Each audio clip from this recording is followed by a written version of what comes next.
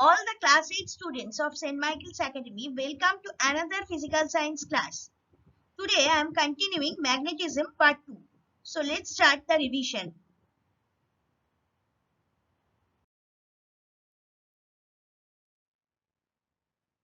So I am starting with magnetic poles. Either of the two ends of a magnet at which the field of the magnet is almost intense are called magnetic poles. Each pole is designated by the approximate geographic direction in which it points, either north or south. Like magnetic poles repel, opposite magnetic poles attract. See the diagram? Opposite poles are attracting each other, that means north and south. Both the poles are there, they are attracting each other. By arrow diagram I have shown. And in the second one, similar poles, that means two south poles are repelling each other. So arrow direction are in opposite sides. So there are two types of magnetic poles called the north magnetic pole and south magnetic pole. North magnetic poles are those that are attracted towards the Earth's geographic north pole. Like poles repel and unlike poles attract. If a bar magnet be dipped in iron fillings and then when lifted, it is found that lumps of fillings cling to it at or near the ends only, and very few or no fillings cling to the middle portion of the magnet. So powers of attraction of the magnet are maximum at its ends. The regions at the ends of a magnet where its attractive powers are most pronounced are called poles of the magnet. Pronounced means mostly strong. The poles are not just at the ends of the magnet, but situated at points close to the ends. There are two poles of a magnet. When a magnet is suspended freely, it sets itself along north-south direction when at rest. A particular end of the magnet always points towards north and the other end towards south because of its directive property. In equilibrium position, the pole which points towards north is called north pole and the other is called south pole. Equilibrium position means in a balanced position. That means when one magnet or bar magnet is showing its directive property.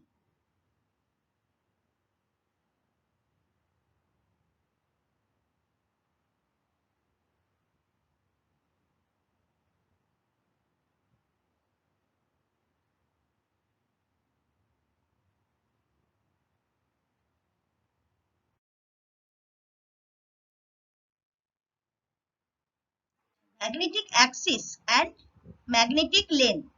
Magnetic axis is defined as the line which joins the two poles of a magnet. It is also the center line of bar magnet that crosses both the poles with the applied torque. It has irregular path. Please see the diagram.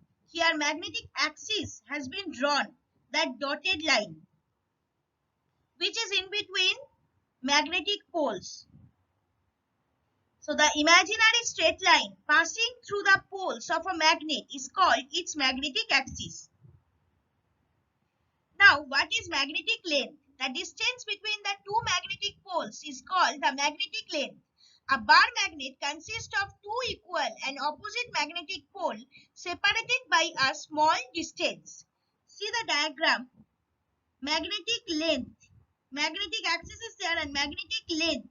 Just distance between the two poles given over here. That means magnetic length, the distance between the poles of a magnet along the magnetic axis is called magnetic length of the magnet. It is also called effective length or equivalent length of a magnet. For a good magnet, magnetic length is about 85% of its geometric length. Now we have seen what is actually geometric length. It is in the diagram only. So if this is 85% of geometric length, that means this magnet is a good magnet.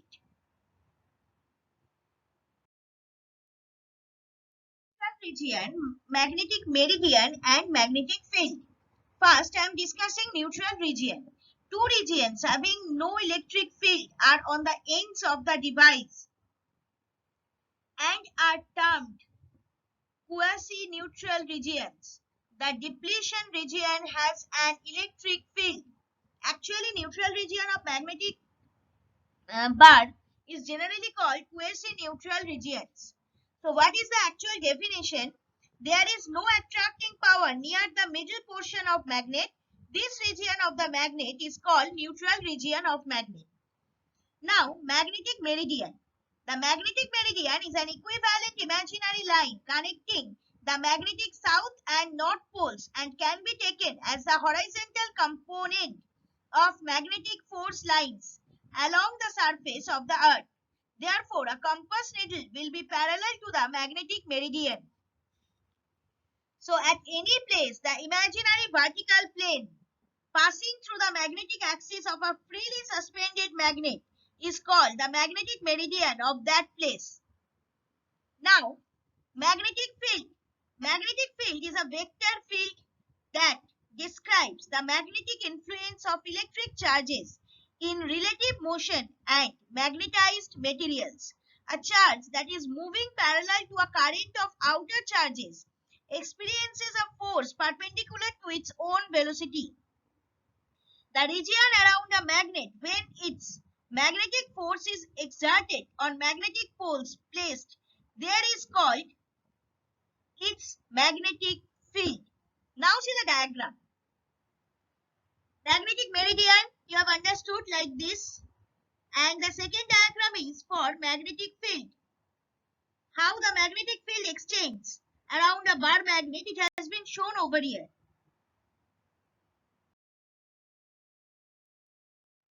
Now methods of magnetization. Artificial methods of making magnets are called magnetization. Methods of magnetization are basically of two types, mechanical and electrical. Now, mechanical method of magnetization. There are four methods of making magnets. One, single touch method. Second one, divided touch method. Third one, double touch method. And number four, using electric current.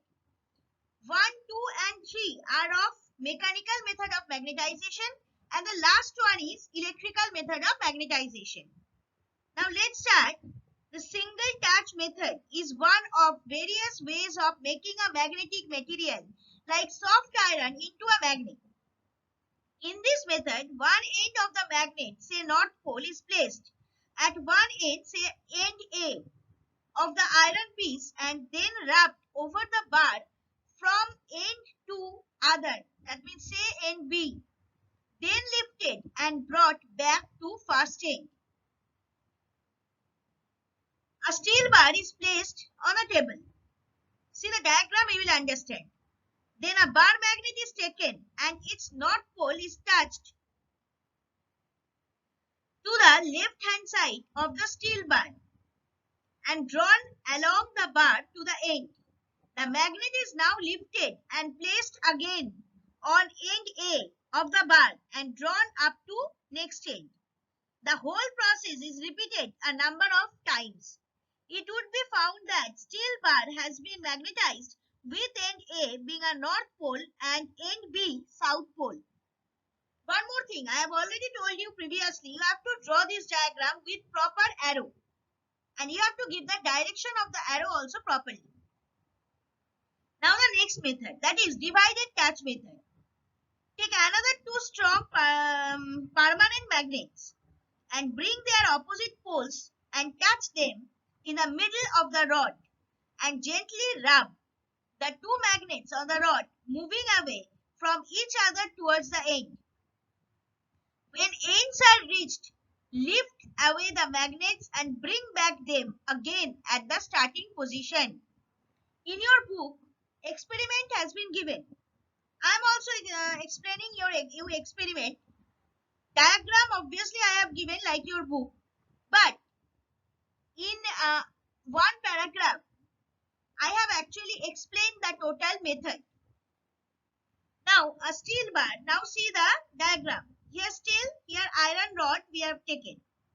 So a bar is kept on the table, steel bar or iron rod. Two opposite poles poles north and south of two bar magnets kept side by side and placed at the middle of the steel bar. Hope so you have understood. Now, the magnets are drawn on the bar towards its two ends. Then the magnets are lifted and again placed at the middle of the bar, and the process is repeated. After a few such repetition of the process, the steel will be magnetized. Here iron will be magnetized. The polarities developed at the ends of the steel bar or iron bar are opposite to that of the stroking poles. The bar will acquire stronger magnetization when its two ends are placed on two opposite poles of two other magnets as shown in this diagram. It may be noted that the pole under any end of the bar should be similar to the striking pole or stroking pole at the end.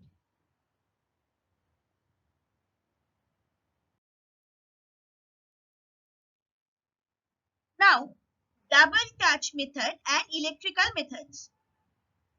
Double touch method is the simplest and also the most convenient method to make a small magnet that doesn't have a very big field of attraction.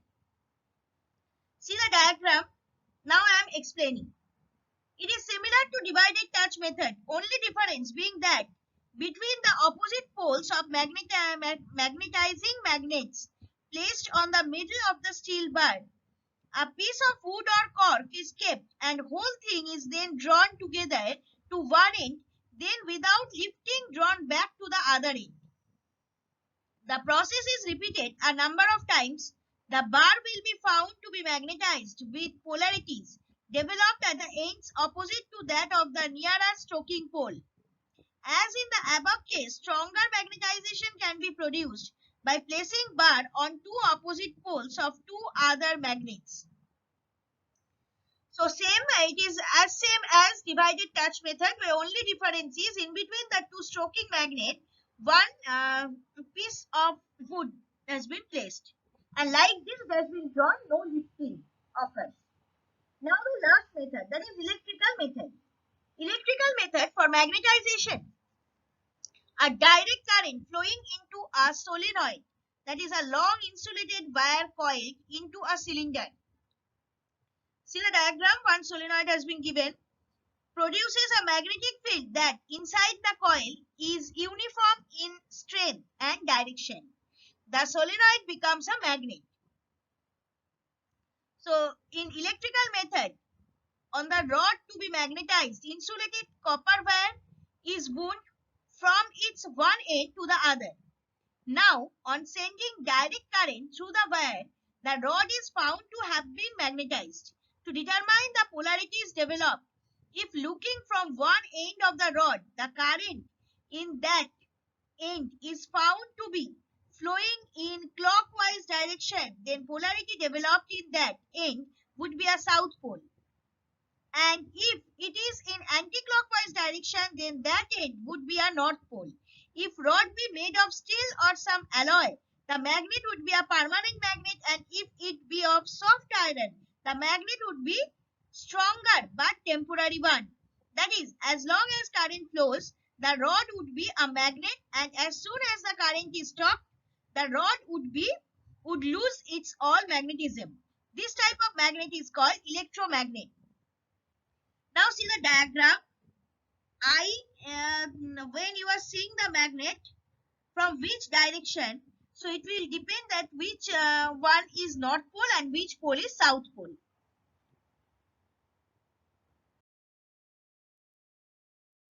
Now repulsion is the shearer test for magnetization. Repulsion is the shear test for magnetism because it takes place only between two like poles of a magnet, whereas attraction takes place between two unlike poles of a magnet and also between a magnet and a magnetic material. See the diagram. Clear diagram has been given. I am explaining this diagram. In front of any pole of a hanging bar magnet, let a north pole of another bar magnet be brought. It would be seen that there is repulsion between them. Again, if two different poles be brought near each other, that is north and south, there will be attraction between them. See the two diagrams, you will understand. So like poles repel each other and unlike poles attract each other. We know that there may be attraction between a magnet and a magnetic substance like iron, and also between two unlike poles of two magnets. So from the attraction between a magnet and another rod, we are not sure whether the other rod is magnet or a magnetic substance.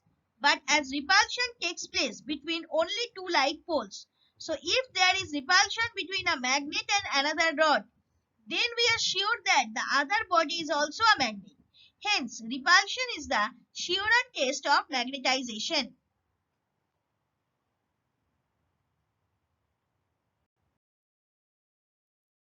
Now we are going to start magnetic induction. If a magnet be brought near or in contact with a magnetic substance, the latter is found to have been magnetized temporarily. This phenomenon is known as magnetic induction. Here, the magnetic substance is said to be magnetized due to induction. Magnetism acquired by that particular substance is induced magnetism. Magnetic substance is said to be magnetized due to induction. Magnetism acquired by it is induced magnetism, and the magnet is called inducing magnet. On removing the magnet, it is found that the magnetic substance almost completely loses its induced magnetism. That is, induced magnetism is a temporary one and lasts as long as the inducing magnet is present. So, the process by which an object or material is magnetized by an external magnetic field is called magnetic induction. Induced magnetism is when a piece of unmagnetized magnetic material touches or is brought near to the pole of a permanent magnet, it becomes a magnet itself. The magnetism is induced. A north pole induces a north pole in the far end. See the first diagram. Induced magnetism has been shown. This experiment, induced magnetism is the magnetism of an object as a result of an external influence. I am describing this experiment. A simple experiment can be performed on magnetic induction. As iron nail easily gets attached to a bar magnet being attracted by it, in this way a few number of nails may remain attached one after another with the magnet. Here, the first nail is first magnetized by induction. This induced magnet affects other nails and those become temporary magnets. If we remove the bar magnet and the nails also get detached. Hope so you have understood the diagram clearly. Now, when a piece of unmagnetized magnetic material touches or is brought near to the pole of a permanent magnet, it becomes a magnet itself. The magnetism is induced. A north pole induces a north pole in the far end. That only I have told you. Okay. So see the next diagram. That is permanent magnet and magnetic material, for example, iron rod taken. But after induction, just opposite to south pole, north pole has been induced. That's why the opposite pole, that means south pole, has been induced in that particular iron rod.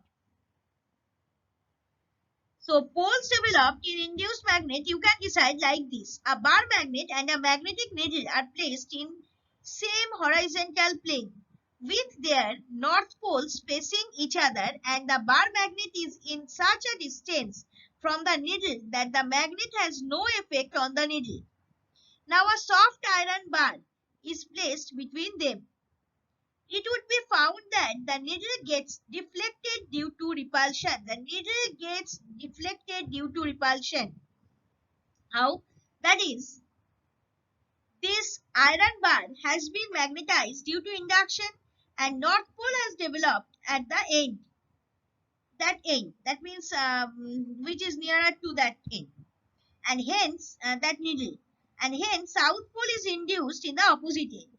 So we find that when a magnetic substance is magnetized due to induction, opposite polarity is developed at the end of it, which is nearest to the including or inducing pole, and similar polarity at the end furthest from the inducing pole.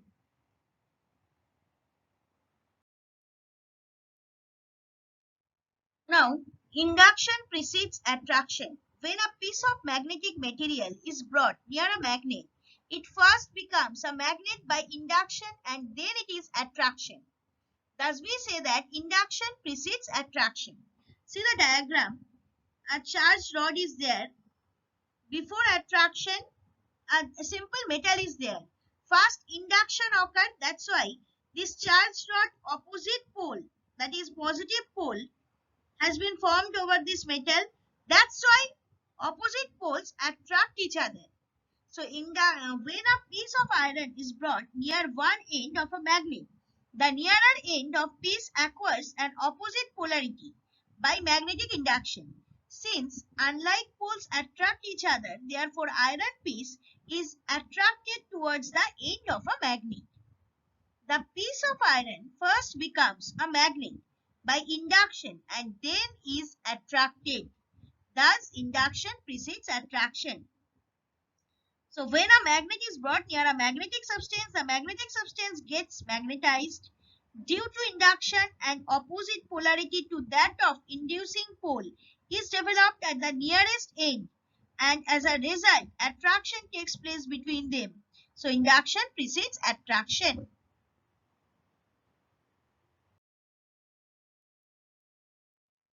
Thank you students. For any doubts or queries, please email me at sudeshnavan.sma@outlook.com.